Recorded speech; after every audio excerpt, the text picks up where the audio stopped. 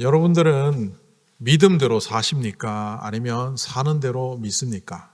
성경이 우리에게 주는 교훈은 믿음대로 살라는 겁니다. 그런데 대부분의 사람들은 사는 대로 믿습니다. 그 대표적인 표현이 이런 겁니다. 어떻게 성경 말씀대로 다 살아요? 불가능합니다. 순종해보지도 않고 성경 말씀을 따라 살아본 적이 없는 사람들이 이런 말을 합니다. 노력과 희생과 헌신을 해보지 않은 사람들이 그런 말을 한다는 겁니다. 제가 예전에 목회를 하던 다른 교회에서의 경험입니다. 한 분이 저에게 이번 주에 새로 등록하시는 분을 특별 대우해 주랍니다. 그때 제 나이가 39, 젊은 목사였고 나이 드신 장로님이 저한테 그 말을 할 때 감히 거역하기가 힘들어서 이분이 누군가 특별 대우를 해줬더니만 나중에 알고 봤더니만 그분이 대단한 부자였고 그 부자가 우리 교회에 오면 도움이 될 거다라는 그 장로님의 생각 때문에 제가 어처구니 없이 그분을 특별 대우했습니다. 얼마 지나지 않아 허름한 잠바를 입고 교회에 새로 오신 분이 있는데 그 동일한 분이 저한테 또 어드바이스를 했습니다. 그냥 무시하셔도 되는 사람입니다. 아, 가난한 사람이겠거니 해서 그 또한 제가 특별 대우를 했습니다. 특별 대우라는 건 다른 게 아니라 제 방에 와서 식사 후에 차를 마시면서 담소를 나누는 그 정도였습니다. 그 장로님이 특별히 다른 사람보다 악해서가 아니라 그분은 사는 대로 믿고 있기 때문에 이 세상에서 주는 사고방식들을 그대로 받아들인 채 믿음의 현장에도 그것을 적용하고 있는 겁니다. 제가 경험한 또 다른 이야기입니다. 제가 다른 교회 가서 집회를 했는데 밥을 먹다가 주일 오후에 그 젊은 청년 같은 젊은 성도 두 사람이 얘기하는 것을 듣게 되었습니다. 전도한 사람이 초신자에게 얘기를 하는 그런 내용이었습니다. VIP가 자기 친구 되는 그 친구에게 묻습니다. 야, 이 교회는 누가 이거냐? 누가 영향력을 끼치고 여기 힘께나 쓰고 말빨이 있는 사람이냐 그런 뜻으로 손가락 신호를 보내니까 그 친구가 이렇게 말합니다. 우리 교회는 반대야. 네가 보이는 앉아서 대접받고 옷 잘 입고 있는 사람들은 주로 너 같은 VIP이고 우리 교회에서 장로님으로 리더로 섬기는 분들은 저렇게 왔다 갔다 하면서 청소하고 설거지하고 하는 그런 분들이야. 밖에서 보는 것처럼 우리 교회에서 그렇게 판단하면 너는 오판할 거야. 그게 얼마나 은혜가 되는지요.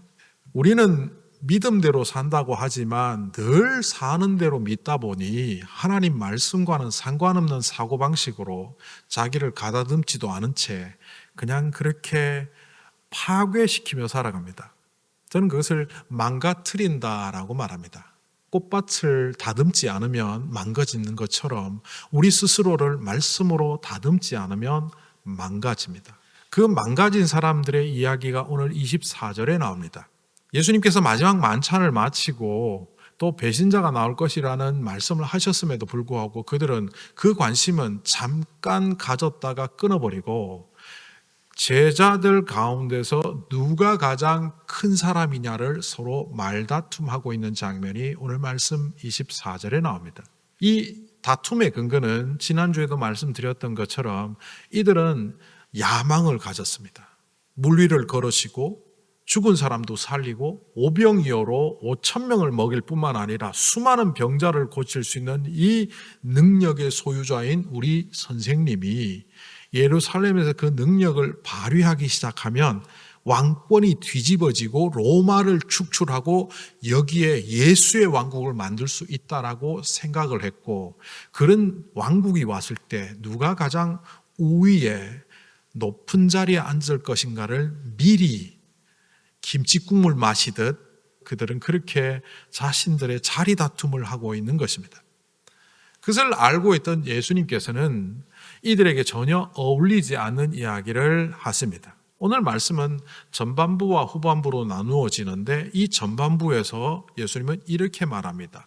세상에는 높은 자리에 있는 사람이 리더고 대접받는 사람이 주인이고 섬기는 사람은 아랫자리이고 약한 자는 리더가 아니라고 말하는데 내가 너희들에게 말한다. 섬기는 자, 오히려 낮은 자리에 있는 사람이 더 높은 자리에 있는 거다. 세상의 이치로는 이해가 되지 않으니까 예수님은 끝에 이렇게 말씀하십니다. 그러나 나는 섬기는 사람으로 너희 가운데 있다. 살아가는 사람만이 할 수 있는 그 능력의 말씀을 예수님은 끝에 하신 겁니다. 나는 섬김을 받으러 온 것이 아니라 섬기러 왔다라고 말씀하신 그 말씀처럼 예수님은 3년 동안 사람들을 섬기고 제자들을 섬기셨습니다. 그리고 섬김의 마지막 완성이라고 할 수 있는 십자가의 섬김을 통하여 구원의 길을 여시기 위하여 서 있는 예수님의 그 모습은 바로 살아간 사람만이 할 수 있는 그 얘기입니다. 그런데 제자들은 알아듣지를 못합니다. 알아듣지 못하는 제자들에게 오늘 말씀 28절부터 30절에 있는 후반부에 그렇게 말씀하시는 거죠. 나와 함께 고난의 자리에 가는 것, 시련의 자리에 가는 것, 눈으로 보기에는 힘들어 보이지만 그렇게 나와 시련의 자리에 함께 간 사람들에게는 하늘의 왕권을 나누어 줄 것이다.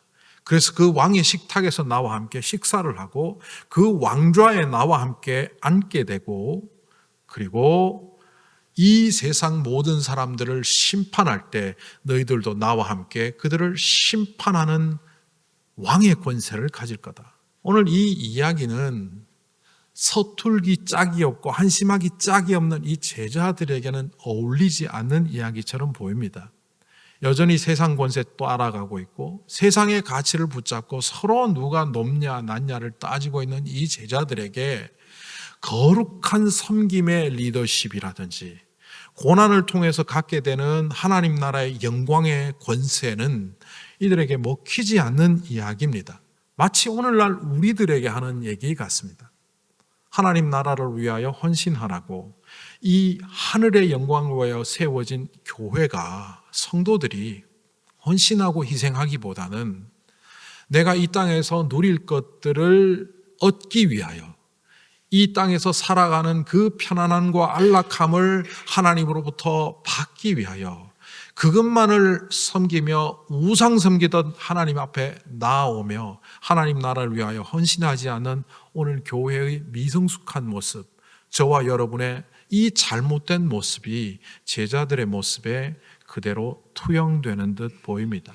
그러니까 이 제자들의 모습은 2000년 전 한심한 사람들의 이야기가 아니라 오늘날 우리들의 이야기라는 겁니다. 이 한심하기 짝이 없는 사람들에게 예수님께서는 아주 중요한 말씀을 하십니다. 왜 이런 중요한 말씀을 이들에게 하셨을까? 요한계시록 말씀을 우리가 새벽에 묵상하고 있는데 그 21장에 보면 이런 표현이 나옵니다. 한 천사가 요한에게 환상을 보여줍니다. 내가 너에게 어린 양의 신부의 거룩한 모습을 보여주겠다. 그러면서 새 예루살렘 성을 보여줍니다. 그런데 그 새 예루살렘에 보면 12개의 문이 진주로 만들어져 있고 12개의 기초석에 온갖 보석들이 장식되어 있습니다. 그 보석은 바로 성도입니다. 그 새 예루살렘 성 어린 양의 신부는 교회라면 그 교회를 장식하고 있는 진주와 보석들은 바로 성도들의 거룩한 삶입니다. 하나님 나라를 위하여 헌신하고 예수 그리스도가 이 땅에 이루어야 될 그 사역들을 따라갔던 고난의 길을 걸어갔던 그들의 모습은 마치 원석이 깎여져서 아름다운 면을 갖고 흠결 없이 아름답게 장식되어 있는 보석처럼 그런 삶을 하나님의 나라에 드리는 자야말로 참으로 성도임을 요한계시록 21장은 보여줍니다. 그런데 보석을 한번 생각해 보십시오. 보석은 원석으로는 별 의미가 없습니다. 얼마나 잘 깎였느냐. 그 깎인 면에 따라서 값어치가 결정되지 않습니까? 그런데 그 커팅은 고통입니다. 사람에게 적용해 보자면 그것은 내려놓아야 될 것을 내려놓고 겸손히 자리를 잡아야 될 겸손히 하고 순종해야 할 때 순종하는 바로 그런 모습들.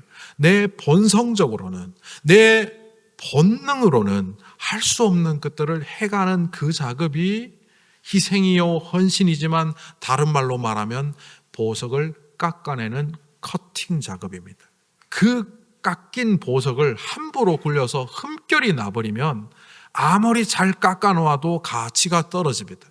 그러니 예수 믿고 구원받았으니 내 마음대로 살겠다 해서는 안 되겠고, 구원받은 기쁨으로 믿음대로 사는 흠결 없는 삶이 되어야 되겠죠. 무엇보다 보석에서 가장 중요한 것은 빛입니다. 어둠 속에 있다면 어떤 보석인지 어떤 돌인지 심지어는 그것이 아무런 가치가 없는 다른 것들과 똑같이 취급받을 겁니다. 그런데 그것이 영롱한 빛 아래에 있을 때 녹보석이면 녹보석으로, 홍보석이면 홍보석으로, 황보석이면 황보석으로 자체의 빛을 발하며 가치를 나타내게 되는 겁니다. 우리가 빛이신 주님을 따라 살아갈 때에만 우리는 참으로 가치 있는 존재임에도 불구하고 우리는 빛의 자녀가 아니라 세상의 어둠을 따라가고 있다면 우리는 어느새 보석이 아닌 돌이 되어 버린다는 겁니다. 오늘 이 제자들의 어리석은 모습은 빛 대신 주님과 그 주님을 향한 걸음보다는 야망과 헛된 생각에 사로잡혀서 자신의 계획대로 나아가는 모습들 때문에 이 주님의 말씀을 들으면서도 그들은 별 변화 없이 지난주에 말씀드렸던 것처럼 겟세마네로 갈 때 룰루랄라 노래 부르며 가는 그런 허망한 사람들이 되고 맙니다. 그런데 이 제자들은요, 오늘 이 자리 현재에 한 번 기회가 주어진 것이 아닙니다. 그들의 삶을 돌아보면 3년이란 시간 동안 계속해서 주님은 동행하셨고 그들에게 보여주셨고 삶으로 본을 보여주셨을 뿐만 아니라 말씀하여 주셨고 역사와 사역을 통하여 동참하게 하셨습니다. 그러니까 그들에게 있어서 그 3년은 절차탕마의 시간이었습니다. 갈고 닦고 주어진 절호의 기회였습니다. 그런데 그 3년을 아무 의미 없이 보내버렸습니다. 이 아무 의미 없이 3년을 보낸 사람들을 보면서 누가복음 13장에 나오는 한 그루의 무화과 나무를 떠올리게 됩니다. 이미 작년에 누가복음 13장을 묵상할 때 나누었지만 다시 그것을 좀 정리해서 나누어 보면 예수님은 누가복음 13장 6절부터 9절에 포도원에 심겨진 한 그루 무화과나무 비유를 하셨습니다. 어떤 사람이 자기 포도밭에 무화과나무 한 그루를 심었는데 열매를 얻기 위함이다. 그는 포도원 농부에게 말하였다. 내가 3번이나 이 무화과나무의 열매를 얻으려고 3년을 왔지만 열매를 본 적이 없다. 찍어버려라. 포도원직이 농부가 그에게 말하였다. 주인님, 올해만 그냥 두십시오. 그동안에 내가 둘레를 파고 거름을 또 주며 키우겠습니다. 내년에도 만약 열매가 맺히지 않으면 제가 찍어버리겠습니다. 오늘 이 제자들의 모습은 이 비유 속에 나오는 무화과나무 같습니다. 이 비유를 보면서 그런 생각을 했죠. 이 무화과나무 한 그루가 포도밭에 왜 있지? 무화과나무는 가치가 아주 낮은 나무고 포도나무는 가치가 높은 나무입니다. 포도나무는 좋은 땅으로 잘 만들어 놓은 경작지이기 때문에 거기 무화과나무 안 심습니다. 무화과나무는 아무데나 심어놔도 잘 자르는 그런 종이기 때문에 예루살렘에서 베다니로 가는 그 길가에 무화과나무를 심어놓고 여행객들이 그냥 공짜로 열매를 따먹으라고 온 천지에 깔아놓은 그런 나무입니다. 반면 포도나무는 높은 소출을 올리기 위하여 잘 가꾸어야만 자라는 그런 나무입니다. 그러니 포도원에 무화과나무 한 그루를 심는다는 것은 이거는 바보짓과 같습니다. 이 포도원 주인이 왜 심으라고 했습니까? 열매를 얻기 위함이라고 했습니다. 목적이 있어서 심었습니다. 그런데 이것을 보면 우리에게 적용해 보면 이런 겁니다. 감히 포도원에 들어갈 수 없는 보잘것없는 나무를 그 주인이 선택해서 은혜로 그 자리에 있게 한 겁니다. 우리가 살아가는 2024년 그리고 다가오는 2025년은 우리가 당연히 누리는 시간들이 아니라 누릴 수 없음에도 불구하고 하나님께서 우리를 선택하셔서 은혜로 주신 시간들입니다. 우리의 인생이 그렇다고 보면 우리의 인생은 열매를 맺어야만 된다는 것을 깨닫게 됩니다. 그런데 그 비유 속에 등장하는 무화과나무가 3년이나 열매를 맺지 못했다. 왜 그럴까? 사과나무, 배나무는 3년생 과실수입니다. 1년 가지, 2년 가지, 3년 가지가 있으면 3년 가지가 되어야만 열매를 맺기 때문에 3년째 되는 해에 열매를 맺는다 해서 3년생 과실수라고 합니다. 배도 마찬가지입니다. 반면 포도나무는 1년생 과실수입니다. 무화과나무는 1년생 과실수라고 말하지만 더 정확하게 말하면 6개월 만에도 열매를 맺는 나무입니다. 그러니까 그가 3년 동안 열매를 못 맺었다는 것은 시간이 없어서가 아닙니다. 땅이 나빠서도 아닙니다. 이 땅은 포도원입니다. 땅 중에 제일 좋은 땅에 포도를 기릅니다.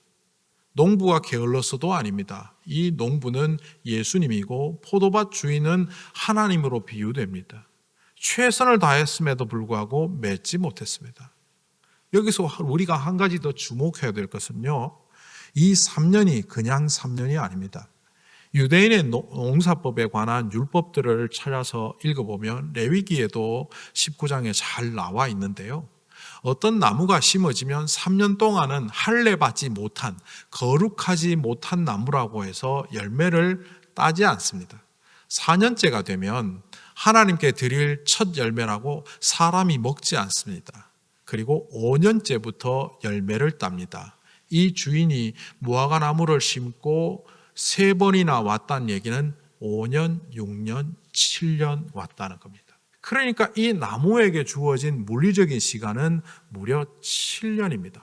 완벽하게 기회를 제공해 주었음에도 불구하고 이 나무는 열매를 맺지 못했습니다.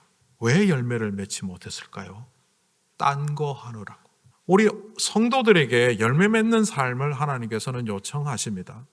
사랑과 희락과 화평과 온유 절제 이어지는 성령의 9가지 열매를 우리의 인품의 열매로 맺어가야 됩니다. 그러기 위해서는 우리의 행동도 언어도 생각도 다듬어가면서 해야 됩니다. 그것을 하나님께서는 열매로 보십니다. 또 다른 열매가 있다면 예수님의 사역의 열매, 한 영혼 전도에 집중하며 한 사람 한 사람을 전도하며 그 생명을 살릴 때 그 생명을 살리는 것을 하나님께서는 우리의 열매로 보시는 겁니다. 인생의 기회가 완벽하게 주어졌음에도 불구하고 우리의 성격도 성품도 영적인 구원의 역사에 동참하는 열매도 맺지 못한 채 왜 우리는 세월을 보내고 있습니까?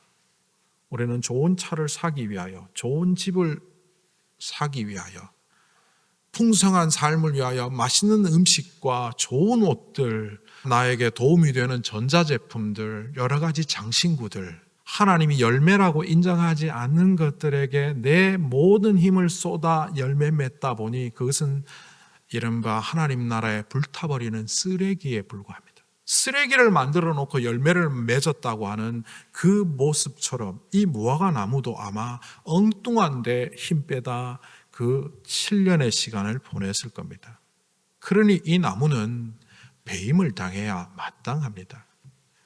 그런데 이 포도원지기 농부는 1년만 내가 더 잘 가꿀 테니까 기회를 달라고 그 주인에게 말합니다. 그런데 헬라어로 보면 이렇게 되어 있습니다.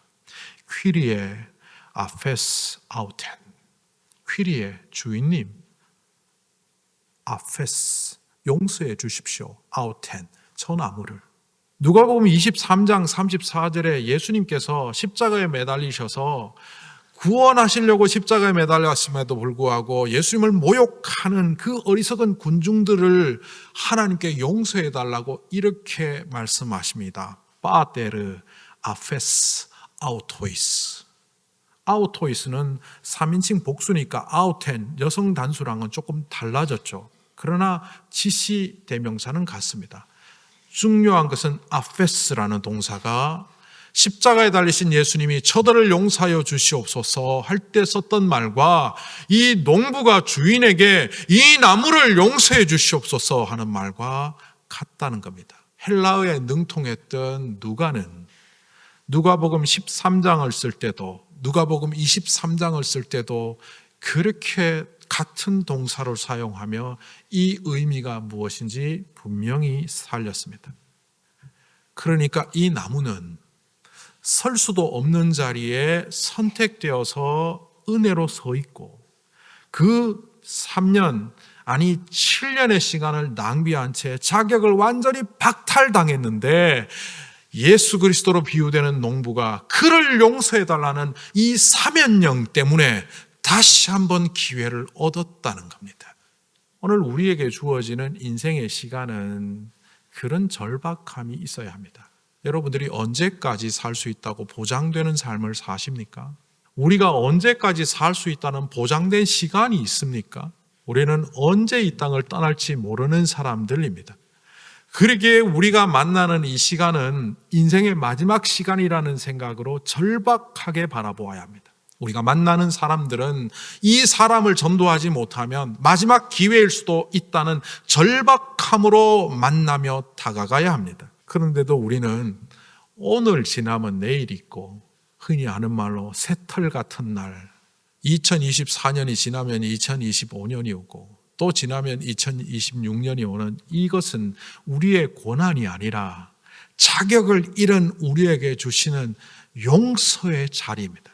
기회라고 말하기에도 부담스러울 만큼 그것은 사면령에 의하여 용서되었기 때문에 얻을 수 있는 시간들입니다. 제가 어떤 책에서 읽고 메모해 놓은 좋은 글이 있어서 읽어드립니다. 사람들은 어떤 상황 속에서 결정을 하고 판단하고 살아가는데 그 결정과 판단은 사실 이러하다라고 그 책에 써놓았더라고요. 우리의 결정은 순간에 내려지는 것이 아니라 지금까지 살아온 평생의 기반을 통하여 그 결정과 판단을 한다. 그래서 누군가의 결정은 그 사람이 어떻게 살아왔는지를 보여주고 누군가의 결정은 그 사람이 앞으로 어떻게 살아갈지를 말해준다. 오늘 우리 현재의 모습은 과거의 총합이 우리입니다. 우리는 미래에 더 나은 삶을 생각하고 있지만 현재 내가 바뀌지 않으면 그 미래는 현재의 모습이 합쳐진 결과물일 뿐입니다. 어느 날인가 제가 너무 힘이 들어서 마음에 답답함이 있어서 하나님께 기도하며 간구할 때 하나님이 지혜를 주셨습니다. 그런데 그 지혜는 아픈 지혜였습니다. 성령님이 이렇게 말씀하셨습니다.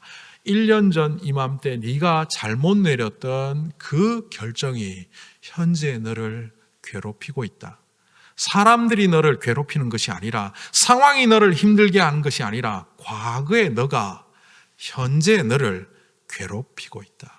오늘날 우리가 잘못된 판단과 결정과 잘못된 선택을 하며 살아간다면 미래의 나는 현재 내가 그를 괴롭히게 된다는 겁니다. 한국에 잘 아는 변호사 한 분이 있습니다. 친구라고 해도 좋은 그 사람은 어린 시절 굉장히 어렵게 자랐습니다. 열심히 공부해서 좋은 학교에 들어갔고 검사를 거쳐서 지금은 변호사로 제법 잘 삽니다. 그런데 크리스찬이고 자신이 받은 은혜를 나누기 위하여 거의 변호사비를 받지 않는 국선 변호를 시간을 정해서 정기적으로 하고 있습니다.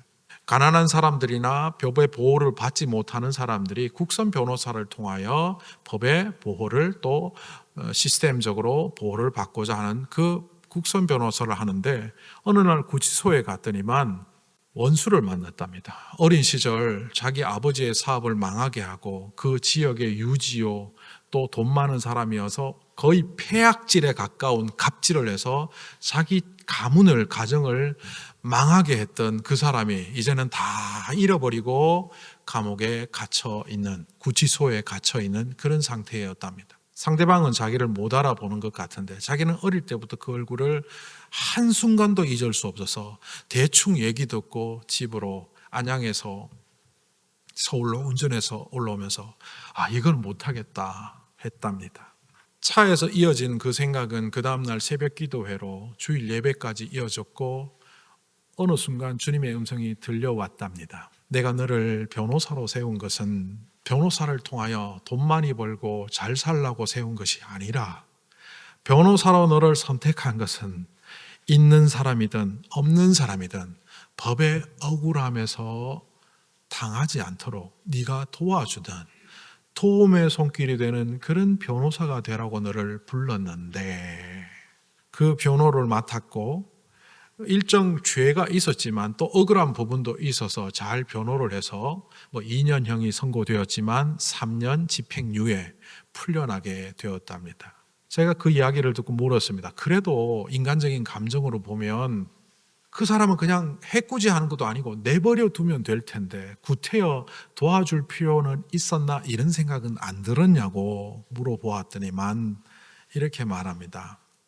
하나님이 변호사가 하는 이 법을 통하여 원수 갚는 일에 쓰지 않고 오히려 원수를 돕는 일에 쓰라고 나에게 이 권한을 주셨는데 이 권한을 어찌 그런 데 쓸 수 있겠냐. 그리고 하나님이 나에게 권한을 주셨을 때는 사람을 섬기라고 주신 것이지 사람을 해하라고 주신 게 아니지 않느냐.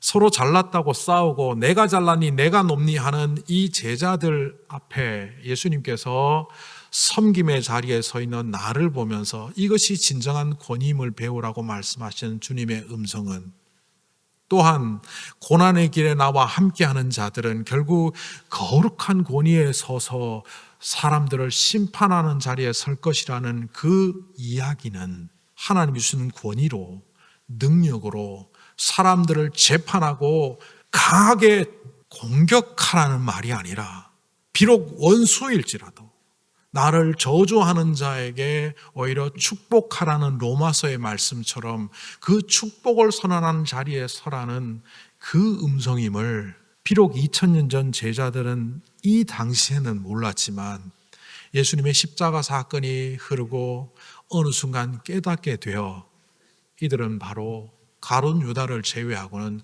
그 사랑의 길, 고난의 길, 십자가의 길을 걸어가는 사람이 되었음을 우리는 역사의 흐름 속에서 확인합니다. 그렇다면 오늘 우리는 어떤 길을 가야 할까요? 아직도 우리는 세상의 가치관대로 더 높고 더 많이 가지고 더 힘이 있는 것이 능력이라고 생각하는 그 사고방식 속에 우리는 놓여 있는데 우리 교회도 그런 구조 속에 있는데 어떻게 이것을 뒤집을까요?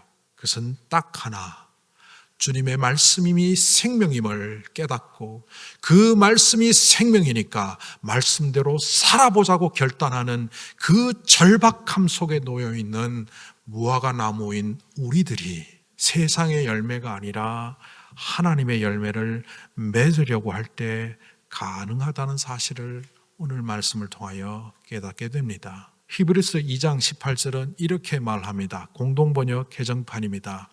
그분은 친히 유혹을 받으시고 고난을 당하셨기 때문에 유혹을 받는 모든 사람을 도와주실 수 있으십니다.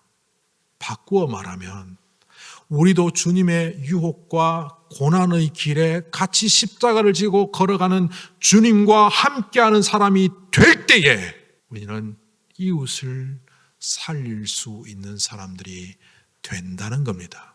어린 시절 원수를 만났을 때 첫 번 반응은 이거는 못하겠다.